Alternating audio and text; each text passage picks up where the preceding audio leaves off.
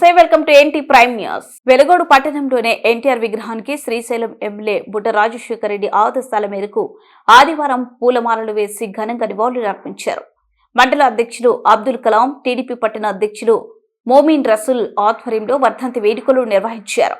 ఈ కార్యక్రమంలో సీనియర్ నాయకులు అమీన్ హంజా, టీడీపీ నాయకులు హిదాయత్ అలీ ఖాన్ మాట్లాడుతూ అటు సినీ రంగంలో ఇటు రాజకీయ రంగాల్లో మహంధర శక్తిగా నిలబడి తెలుగువారి ఆత్మగౌరవాన్ని కాపాడిన ఏకైక వ్యక్తి మహనీయులు నందమూరి తారక రామారావు అని కొనియాడారు.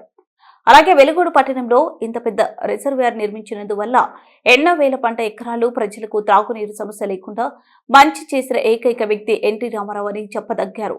ఈ కార్యక్రమంలో టీడీపీ గ్రామ నాయకులు, పట్టణ నాయకులు అసర్ నజర్, మల్లా శేఖర్ రెడ్డి, మాజీ ఎంపీటీసీ రజీ ఇంతియాజ్, లింగమయ్య గౌడ్, భాస్కర్ రెడ్డి, బందలెతీష్, టైలర్ సయ్యద్, శ్రీను రమణ, మాజీ ఎంపీటీసీ అజ్మతుల్లా, మాజీ వార్డ్ మెంబర్ రషీద్ బాషా, సర్ఫరాజ్ ఖాన్, బోరెల నడిపి సామన్న తదితరులు పాల్గొన్నారు. తరుణంలో మన నాయకుడు శ్రీ నందమూరి తారక రామారావు గారు పరిస్థితిని చూసి ఆ రోజు ఒకటే అనుకున్నారు, ఏమిది మనకు దౌర్భాగ్యం, మన తెలుగు ప్రజల ఆశయాలను ఈరోజు ఏదైతే ఆ రోజు ఉన్నటువంటి కేంద్ర ప్రభుత్వాలు తుంగల తొక్కి ఎలాంటి న్యాయం చేయకపోవడంతో ఆ రోజు గుండె ఆయన మండి ఆ రోజు ఖచ్చితంగా మన తెలుగు ప్రజలను కాపాడుకోవాలి, ఈ యొక్క హక్కులను కాపాడుకోవాలనే ఉద్దేశంతో మన నాయకుడు తెలుగుదేశం పార్టీని స్థాపించడం జరిగింది.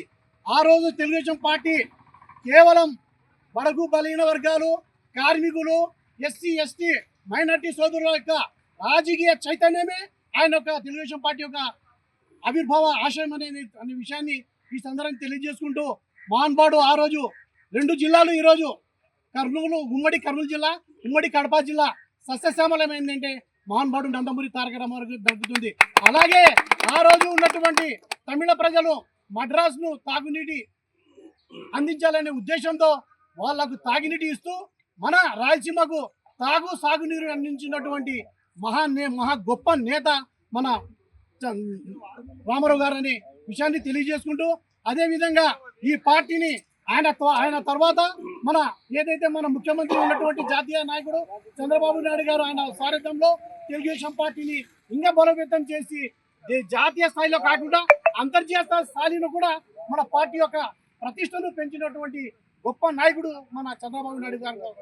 కావున సోదరులారా, ఇటువంటి పార్టీని ఎల్లవేళలా మీరు మేము అందరూ కలిసి ఈ యొక్క పార్టీ యొక్క జెండాను ఖచ్చితంగా మనం కాపాడాల్సిన అవసరం ఎంతనే విషయాన్ని మీకు అందరికీ తెలియజేసుకుంటూ ఈ అవకాశం ఇచ్చిన మీకు అందరికీ పేరు పేరున ధన్యవాదాలు తెలుపుకుంటూ, రైతు సోదరులందరికీ నమస్కారము.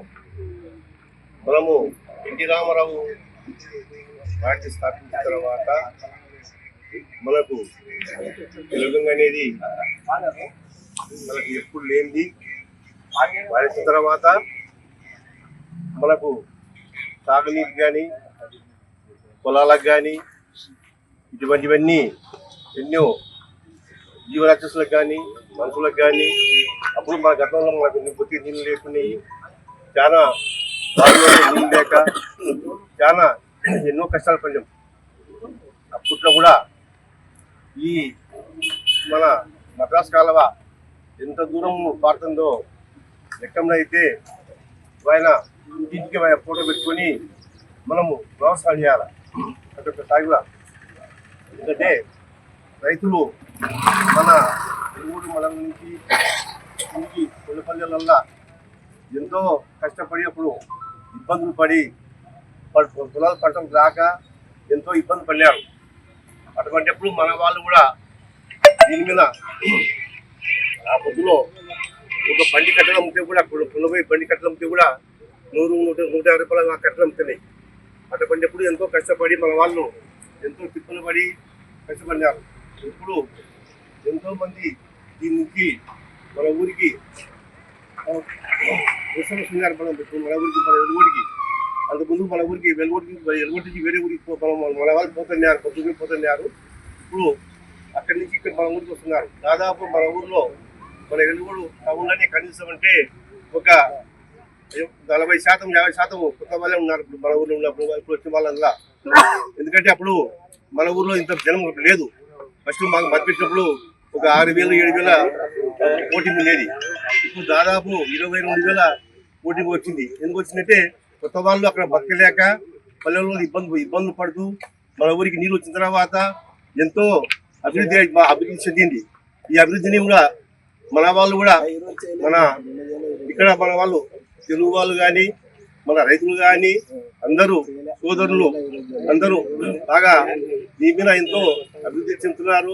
ఈ అభివృద్ధిని కూడా మనము భక్తి పెట్టుకుని కూడా రామారావు వదంతి ప్రతి ఒక్కసారి చెప్తారని మనము ఎంతో ఆశిస్తున్నాము.